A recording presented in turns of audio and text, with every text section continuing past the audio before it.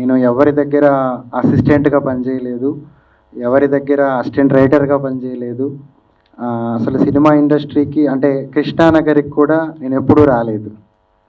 So ఏదైనా తప్పులు ఉంటే నన్ను ముందు క్షమించండి, అది మాత్రం చెప్తున్నాను.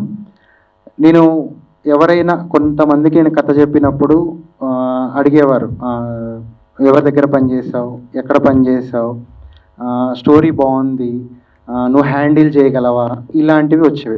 కొంతమంది ప్రొడ్యూసర్స్ దగ్గరికి వెళ్ళినప్పుడు నేను ట్రై చేస్తుండేవాడిని కొంతకాలంగా. ఫస్ట్ టైం నేను సత్య సార్ని కలిసినప్పుడు, సార్ ఇలా ఉంది, నాకు ఇంత వచ్చు, ఇది నేను ఎవరి దగ్గర పనిచేయలేదు సార్, బట్ ఒక 7-8 ఏళ్ళు సినిమాని చదివాను సార్ అని చెప్పాను. సినిమాని చదివాను సార్, కథని చదివాను సార్, సినిమా ఎలా తీయాలో నేర్చుకున్నాను సార్, నేను ఎవరి దగ్గర అసిస్టెంట్కి అయితే పనిచేయలేదు. దానికి కారణం నాకు ఒక చిన్న సాఫ్ట్వేర్ కంపెనీ ఉంది. సో వ్యాపార రీత్యా నేను అందులో బిజీగా ఉండటం వల్ల సినిమా ప్యాషన్ ఉంది, కానీ సర్వైవల్ కోసం అక్కడే ఉండిపోయేవాడిని. ఇంకా అది వద్దు, ఆ లైఫ్ వద్దు అనుకొని సినిమానే నా లైఫ్, సినిమానే కథ చెప్పాలనుకున్నాను. సినిమా కంటా కూడా కథ చెప్పాలి, నాలో ఉన్న నా అభిప్రాయాల్ని, నా ఆలోచనలని జనం దగ్గరికి తీసుకెళ్లాలంటే, ఒక సోషల్ ఆర్కిటెక్ట్గా మారాలంటే సినిమా అనేది ఒక పెద్ద ప్లాట్ఫామ్ అని నేను నమ్మాను. అందులో దేవుడి దయ, నాకు రైటింగ్ స్కిల్ ఉంది, అలాగే డైరెక్షన్ నేర్చుకున్నాను నేను. సో దాన్ని బేస్ చేసుకొని ఈ సినిమా ఇండస్ట్రీలోకి వచ్చాను. అంటే మీ అభిమానులు అలాగే సత్య చౌదరి లాంటి వాళ్ళు నాకు తోడుగా ఉంటే మరిన్ని కథలు చెప్పడానికి నాకు అవకాశం వస్తుంది. అసలు ఈ కథ ఎక్కడ మొదలైందంటే, దిశ ఇన్సిడెంట్ జరిగిన రోజు నేను ఒక కాలేజీలో ఉన్నాను, ఒక అకాడమిక్ డైరెక్టర్గా పనిచేస్తున్నప్పుడు. అంతకుముందు దాని పేరు వేరే, యాక్సిడెంట్ పేరు వేరే, దిశ అనేది తర్వాత మార్చారు. ఈ దిశ జరిగిన తర్వాత నాకు అనిపించింది, ఏంటిది, కొన్ని రోజుల తర్వాత మనందరం మీడియా అందరం కూడా మర్చిపోయాం. అందుకు గుర్తుపెట్టుకోవడానికి ఒక పేరు పెట్టారు, ఏది, దిశ అని. ఆ అమ్మాయి పేరు ప్రియాంక అని మాట్లాడకూడదని చెప్పేసి దిశ అని పేరు పెట్టారు. కొంతకాలం తర్వాత అంటే లాక్డౌన్ వచ్చింది, ఆ తర్వాత ఆర్జీవి గారు సినిమా తీశారు, అయినా మర్చిపోయారు. కానీ ఎవ్వరికి కొంతకాలం తర్వాత ఆ దిశ అనే ఇన్సిడెంట్ గుర్తుండకపోవచ్చు కూడా. నేను చదువుతున్నప్పుడు, నేను కథలు రాయాలనుకున్నప్పుడు, నేను పురాణాలలో చదివినటువంటి ఒక చిన్న కథ చెబుతాను. శివుడు అమ్మవారి మైకంలో ఉండి అమ్మవారితో కొత్తగా బాలా త్రిపుర సుందరిని వివాహం చేసుకున్న తర్వాత ఆవిడ తన్మయత్వంలోనే మునిగిపోయి ఉన్నాడంట. ఈ లోకాలన్నిటినీ చూడకుండా ఆవిడ చందాలని, ఆవిడ అనుకువని, ఇవన్నిటినీ మనస్మరణ చేసుకుంటూ ఆయన ఒక్కడే అలా ఉండిపోయాడంట.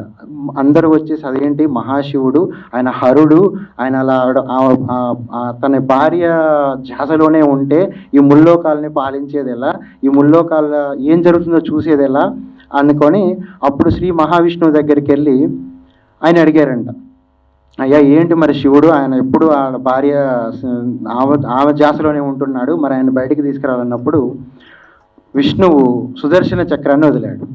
అప్పుడు అమ్మవారిని 18 ముక్కలుగా ఆ సుదర్శన చక్రాన్ని నరికేసిందనమాట. అవే 18 శక్తిపీఠాలుగా ఏర్పడ్డాయి మన భారతదేశంలో, అలాగే శ్రీలంకలో, నేపాల్తో కలిపి 18 శక్తిపీఠాలు ఏర్పడ్డాయి. ఒక అమ్మవారిని సుదర్శన చక్రం నరికితే 18 శక్తిపీఠాలు కట్టుకున్నామే, ఒక ఆడపిల్లని చెరిచితే ఒక్క గుడి కట్టమా? ఒక్క గుడి గుర్తుండిపోయేలాగా. అంటే అమ్మవారికి 18 శక్తిపీఠాలు కదా, అదే రాశాను నేను లిరిక్లో, నేనట నారిని. అంటే ఆవిడ ఎవరికి సమానం కాదు స్త్రీ అనేది. నేనట నారిని, జన్మట జీవిని, సహజ మనిషిని మరవకురి, మరి పదముల పరిపరి విధముల పిలుపుకు కానట నేను సరి. ఆవిడని ఎవ్వరితో మనం పోల్చకూడదు. అప్పుడు కార్యేషు దాసిని, కరణేషు మంత్రిని, భోజేషు మాతను కానునటే, ఇవేవి నేను కాదు, విద్యకు రూపం నేను కాదు, ధనముకు నెలవును కాదు, అలకకు భామను కాదు, నేను ఎవ్వరిని కాదు, నన్నుగా గుర్తించండి, ఒక స్త్రీని స్త్రీగా గుర్తించండి, నాకు ఏ లిమిటేషన్స్ పెట్టొద్దు, నేను గుణానికి రూపం కాదు, ధనానికి రూపం కాదు, మనం పుట్టిన నేలకి రూపం కాదు, మనం పలికే భాషకు రూపం కాదు. Women it self A women. ఇది నేను చెప్పాలనుకున్నాను. ఇది ఎక్కడో నేను పోడ్కాస్ట్లోనో లేదు ఇంకొక చోట ఒక పుస్తకంలోనో రాస్తే జనం దగ్గరికి వెళ్ళదు. సో దాన్ని నేను సినిమాగా తీయాలనుకున్నాను. నేను ఫస్ట్ ఈ లిరిక్ ఒక ఇంటెన్షన్తో రాశాను. అంటే ఇది నా ఇంటెన్షన్. ఒక రేప్ అండ్ మర్డర్ జరిగిన చోట ఒక గుడి కట్టాలి, అలానే గుర్తుండిపోవాలి ఈ ఇన్సిడెంట్ అనేది. అలా ఉంటే ఇమాజిన్ మన దేశంలో ఎన్ని గుళ్ళు వస్తాయి, ఎన్ని అత్యాచారాలు ఈరోజు జరుగుతున్నారు కదా. సో ఈ ఇంటెన్షన్ని, ఈ థాట్ని, ఈ సోషల్ థాట్ ప్రాసెస్ని నేను జనాల్లోకి తీసుకెళ్ళాలనుకుంటున్నాను.